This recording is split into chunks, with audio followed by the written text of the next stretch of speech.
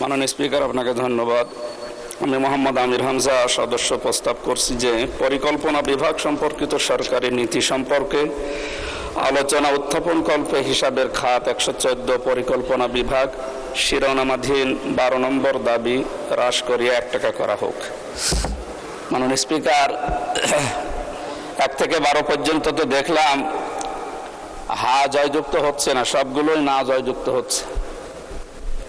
তারপরেও আমার পক্ষ থেকে সরকারের দৃষ্টি আকর্ষণ করার জন্য নিম্নলিখিত কিছু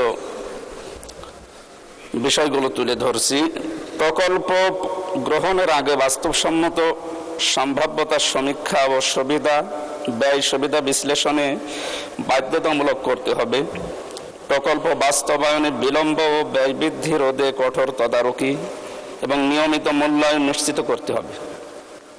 বার্ষিক উন্নয়ন কর্মসূচি এডিপি বাস্তবায়নে স্বচ্ছতা, জবাবদিহিতা ও গুণগত মান নিশ্চিত করতে হবে। রাজনৈতিক বিবেচনার পরিবর্তে জনগণের প্রকৃত চাহিদা ও আঞ্চলিক বৈষম্য বিবেচনায় প্রকল্প নির্বাচন করতে হবে। দুর্নীতি, অপচয় এবং অনিয়মের বিরুদ্ধে গুরুত্বপূর্ণ ভূমিকা পালন করতে হবে। সংসদীয় স্থায়ী কমিটির সুপারিশ বাস্তবায়ন এবং প্রকল্পগুলো সম্পর্কে নিয়মিত তদারকি করতে হবে।